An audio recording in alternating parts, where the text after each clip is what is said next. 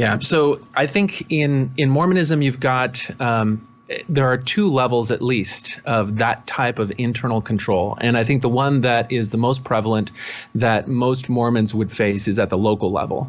And in terms of, is there this, organized structure for internal church discipline? There is. And it's articulated and codified in a manual that every local leader has called the Church Handbook of Instructions.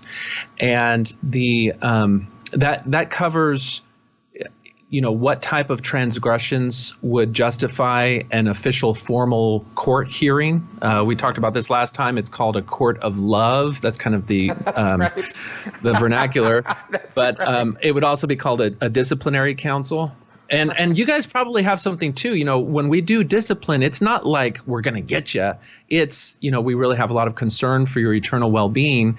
And so even if we're excommunicating you, even we're doing that as an act of love, because that's something that, when you work your way back into good fellowship, it's going to be through a process that will be transformative, that will help you in your eternal salvation. And so it's all done out of love. And even things that you'll perceive as very spiritually abusive, which is how I see excommunication in the way that it's wielded.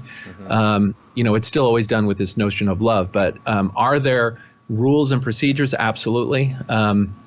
If you get called in for a disciplinary court, you're going to walk in to a room where you have 12 members of your community who are they're the high council, and these are members in leadership of the local units. We call them stakes and wards, and they're going to lay out evidence against you.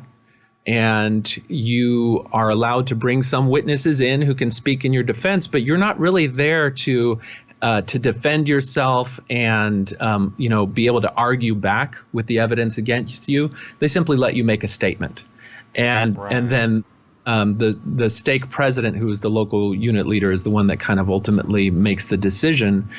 And we've seen, because we've had people now go into that process and record things, we've seen that it's not uniform. I think the most egregious thing that we see not happening is if you go and you read the details of the rule book, it says that of these 12 men, half of them are supposed to be designated to speak on your behalf and to make sure that your interests are protected, and the other half are representing the stake and the leadership, and we just don't see that happening.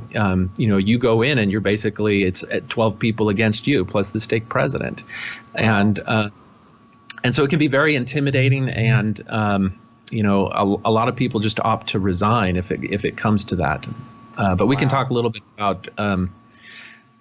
One thing that we have that I think may be unique to Mormonism is that there's a degree of sexism to how discipline is handled. Oh, really?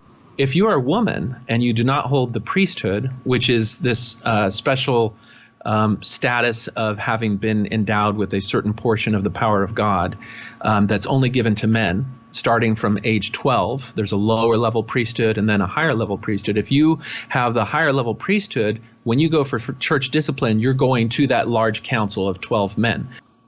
So a woman may be subject to discipline and have to deal only with her bishop, whereas a man will have to go up to a higher level of discipline. And so there's just the fact that it's treated differently based on gender introduces a sexist element to it that may manifest itself in different ways. That's interesting. But of course, we already know that in the Mormon church, there is a sort of patriarchy attitude that has been there from the very beginning and has been very slow to die.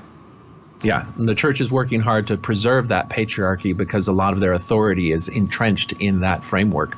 They consider the whole goal of what they're doing is to establish individuals as eternal families, and that patriarchy structure is inherent to that.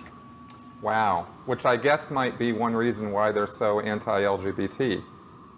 That's a big part of it, because they see any recognition of LGBT families, calling that a family, accepting that a family, and incorporating that into our society as eroding what they see as an essential character of men and women, and as the type of divine beings that they are established as, and it speaks right to what is required and what is anticipated in the eternities after this life. We're supposed to go on as a family unit, all bound together, and that is not consistent with LGBT people. Yeah, no, not at all.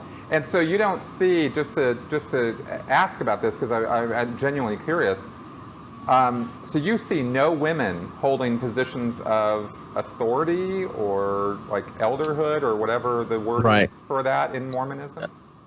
If you come to a Mormon, especially ones that are higher up, and you ask them that question, they'll say, well, what are you talking about? We have we have women in the highest councils of our church leadership, starting from at the ward level all the way up to the general authorities. We've got, at the ward level, every ward has a women's organization called the Relief Society, and the president of the Relief Society at that unit will sit in on the ward councils that deal with things dealing with just providing support for the ward, for their programs, deciding things. Now, those women do not sit in on these disciplinary councils. They're not, of those 12 people that we talked about, there are no women there. And this is a huge deficiency, because I think women bring a perspective to dealing with, the difficulties that anyone has in life that I think should be an essential part of, if you're going to have a disciplinary disciplinary process, that perspective needs to be there, because you're doing discipline on women. And so you've got like 12 men who are sitting there and disciplining a woman without having any of that perspective. But that's all entrenched in that notion of them as patriarchs or as holders of the priesthood, being able to handle all of these things. Right. But so they exist at some point in some halls of leadership at the local level, and then at the high level, there is a church-wide presidency for the Relief Society, for the Young Women's Organization, and for the primary or the children's organization that is usually held by women. But their duties and responsibilities are primarily in instruction. They're primarily in giving talks at the biannual meetings and in visiting and helping train on more local levels. Even when it comes to like designing the manuals that are taught out of, that in the past has been done by the male leaders, appointing councils to do it. There's one story of one of the better liked Relief Society presidents that was kind of surprised. She had been working with her counselors to make a manual for the women to learn from, and then she was handed a manual that had been already made from the male side of the leadership, and this is what they were going to do. So that, there are women who have influence in terms of talking, but when you talk about real power, every woman that we've talked about always is accountable to a man who presides over her.